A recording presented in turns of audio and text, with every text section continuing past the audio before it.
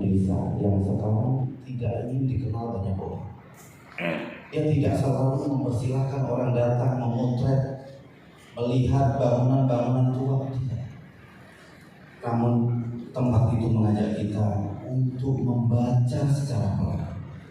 Dia tidak ingin dipercaya, tapi dia hanya ingin dibaca. Melalui apa? Melalui jejak-jejak yang ia tinggal. Di mana Pak kira-kira Pak? Dengan Preso? Yang layak dikatakan sebuah peradaban apabila ada situs-situs, ada peninggalan-peninggalan warisan yang selalu berkaitan. Itu dalam uji data kan ada triangulasi data ya. Tinggal data-data ini membenarkan atau justru membatalkan begitu. Itu tidak jauh dari pusat kota sekarang Tulungagung ini, dia ada di utaranya, dan disitulah satu-satunya prasasti kita menemukan bahasa Tulungagung tersematkan pada inskripsi batu nisan. Di tempat lain tidak ada, saya pastikan.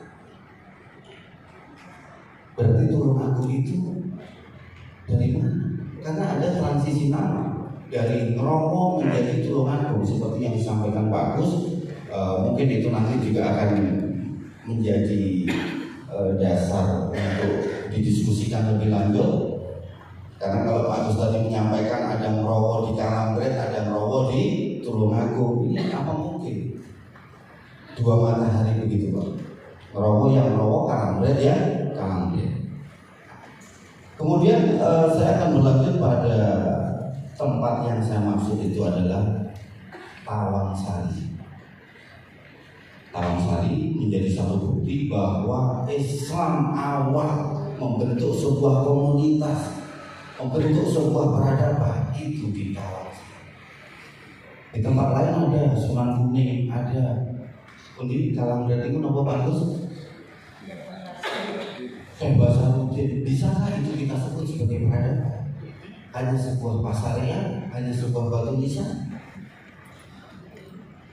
Ketika kita membuka Tawangsari, seakan-akan Tawangsari membawa sebuah peradaban yang berjalan sampai sekarang. Dia bukan narasi yang ditulis dalam catatan. Dia adalah peristiwa, dia adalah jejak yang diabadikan oleh tata ruang, oleh alam, oleh ajaran. Oke, langsung mau ini beda ngantuk Pak. Nanti berlanjut ke diskusi mawon ya. Kita sebelum masuk ke dalam Tawangsari, kita dipertemukan dulu dengan Gapuro. Gapuro itu apa? Gapuro bukan hanya sekedar regol, tapi Gapuro adalah batas. Di mana kalau mau masuk ke dalam Gapuro, di situ ada tata krama, ada adab yang harus dijaga. Kalau di luar kamu bebas, tapi ketika kamu melampaui batas ini, kamu harus ikut aturan ini. Itu makna dari Gapuro. Tidak hanya sebatas gerbang pintu masuk, tidak. Itu untuk menandakan bahwa di dalamnya ada bangunan sakral.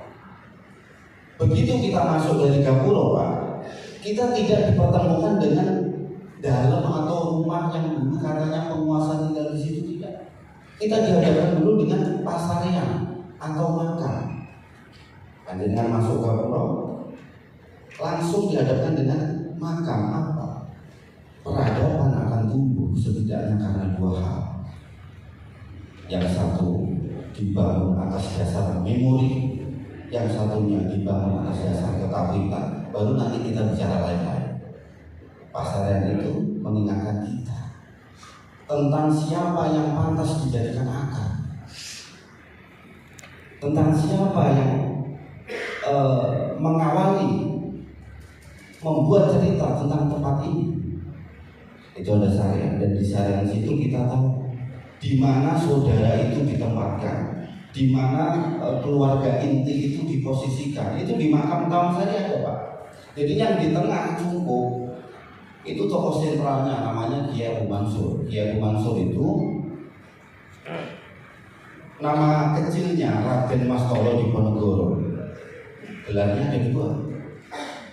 Yang satu gelar Abu Mansur ini sebagai penanda bahwa beliau ini datang ke sini tidak lepas dari Islam. Ngapunten, Mataram itu sebenarnya dalam narasi awalnya Panembahan Senopati saya akan membuat kerajaan Mataram Islam, tidak. Tapi karena misi atau keberadaan keraton itu tidak lepas dari ketauhidan, makanya disebut sebagai Mataram Islam, seakan-akan melanjutkan komunikasi lama. Begitu. Setelah Pasarian, di situ batu nisannya nggak ada namanya semua, Pak. Itu dulu. Kita berbicara konteks dulu. Kenapa? Supaya anak cucunya nanti tidak menyembah, supaya leluhur-leluhur yang dikebumikan itu tidak disakralkan. Dulu pun tidak ada kota amal di situ, Pak. Di situ tempat orang mengingat tentang kematian.